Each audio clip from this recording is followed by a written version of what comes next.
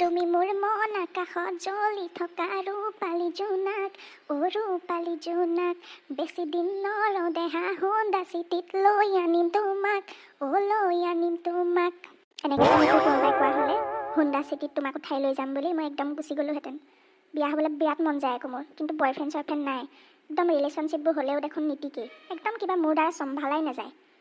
এইবোৰ চিনেমা টিনেমা চাবলৈ যোৱা, ডেটিঙত যোৱা, এইবিলাকতো মোৰ একো ভাল নালাগে। মোক আৰু খাই ভাল লাগে। এই ল'ৰাবিলাকে ভাল নাপায়, কিবা এটা নপতেই দেখোন মোৰ লগত। অৱশ্যে হোণ্ডা চিটিতকৈ এতিয়া থাৰখনহে ভাল লাগে আকৌ।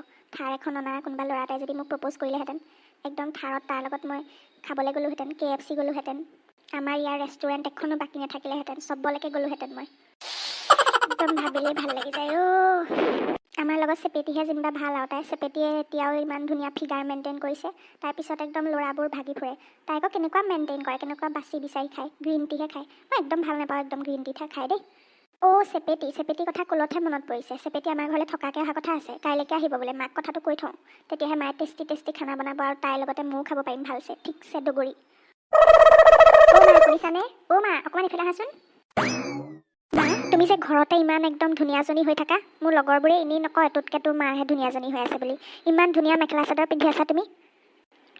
মোৰ আগৰে পৰা এনেকৈ ভালদৰে থাকিহে ভাল লাগে। ভালকৈ মেখেলা চাদৰযোৰ পিন্ধি ধুনীয়াকৈ একদম গহনা গাঁঠৰিয়ে সৈতে পিন্ধি থাকিহে মোৰ ভাল লাগে আৰু মনটো ভাল লাগি থাকে। বেয়াকৈ থাকিব নোৱাৰোঁ মই, কেলৈ মোৰ ইমানবোৰ মেখেলা চাদৰ আছে। তোক দেখোন মই কৈছিলোঁ সৰস্বতী পূজাত তাৰে এযোৰ পিন্ধি যা বুলি, তইহে আকৌ সেইবোৰ মন নকৰ। মা মোৰ এইবোৰ বৰ লাগে একদম পিন্ধি মেলি, একদম অশান্তি পাওঁ মই মেখেলা চাদৰ পিন্ধি। মই নোৱাৰোঁ দেই, মই এনেকেই কমফৰ্টেবল একদম।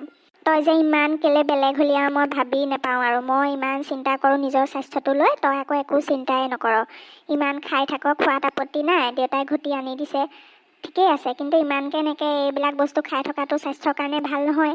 মই ইমান চিন্তা কৰোঁ, তই আকৌ কেলেনো এনেকুৱা হ'লি মই ভাবি নাপাওঁ আৰু। মা প্লিজ আৰু তোমাৰ একেখন কেছেট আকৌ নবজাবা দেই। মই এইবোৰ শুনি আমনি পাইছোঁ আৰু। তোমাক মাতিলোঁ মানে কথা এটা ক'বলৈ আছে। আমাৰ লগত চেপেটি দুদিনমান আমাৰ ঘৰত থকাকৈ আহিব। মই কৈছোঁ আহিবি দে, ভালকৈ খাম একদম দুইজনীয়ে ঠিকছে তোক কৈছি। আহিবি দে, মোৰ অকলে ঘৰখনত বৰি লাগে থাকি। হয়নে? ভালেই দে, ভালেই। মইতো ভালেই পাওঁ, মই তাইক এনেও ভাল পাওঁ। তাই ইমান স্বাস্থ্যৰ প্ৰতি কনচিয়াছ। তোৰ যদি অকণমান মতি গতিবোৰ সলনি হয় আৰু তাইৰ লগত থাকিলে ভালেই দে, কেইদিনমান থকাকৈ মাতিবি তাইক। মা কি যে কোৱা, মই আকৌ তাই আহিব ধুনীয়াকৈ খানা খাম বুলিহে ভাবি আছোঁ। তুমি আকৌ মই আকৌ তাইক দেখি তাইৰ নিচিনা হ'ম বুলি ভাবি আছা। খাবি নাখাবি বুলি কোৱা নাই নহয়, কিন্তু এটা হিচাপত আৰু। তাইৰ লগত থাকিলে তাইৰ নিচিনা ৰুটিন মেইনটেইন কৰি চলিবি অকণমান। তাইৰ পৰা অকণমান শিকিবিচোন কথাবোৰ। কি যে কোৱা মা, সৰুৰ পৰা লগ পালোঁ আৰু তাইৰ লগত মই 10 বছৰ একেলগে পঢ়িলোঁ। তাই মোক এতিয়ালৈকে সলনি কৰিব নোৱাৰিলে আৰু এতিয়া তাই আমাৰ ঘৰলৈ থাকিবলৈ আহিহে সলনি কৰিব। তুমিও যে জমনিও যে কৰা আৰু এই ছোৱালীজনীৰ পৰা মই আৰু নোৱাৰোঁ দেই। কোনোবাই বাহিৰত ইমানকৈ কলিং বেল বজাই আছে, যাচোন গৈ চাহেগৈ কোন আহিছে। মা তুমিতো জানাই মই এইবোৰ বাহিৰত ওলাই মেলি বৰ এটা ভাল নাপাওঁ। কি কৰি আছা সুধিব। তুমি এতিয়া কি কৰিছা, পঢ়া সামৰিলা নে আমুক তামুক। মই খোৱাতে হেপি আছোঁ, তুমি জানা প্লিজ। মই কৈছোঁ এই দেউতাই ক'ব নহয় আকৌ কোনোবা ভাড়াতীয়া আহিছে যদি। ভাড়াতীয়া আহিলে আকৌ কেনেবাকৈ নোলাব লাগিলে হৈছে আৰু। এই ডাঙৰ ঘৰডাল বনাই দিলে ভাড়াত দিম বুলি, কোনো ভাড়াতীয়া অহা নাই। দেউতাই আকৌ চিন্তাত একদম মানুহটো মানে ক'ব নোৱাৰে, কোনোবা ভাড়াতীয়া আহিছে চাগে, মই যাওঁ। এই মানুহটো থকাত আহিলে ভালকৈ কথা বতৰাখিনি পাতিব পাৰে। মই মাইকী মানুহজনীয়েনো এইবিলাক কথা কিনো পাতিমগৈ।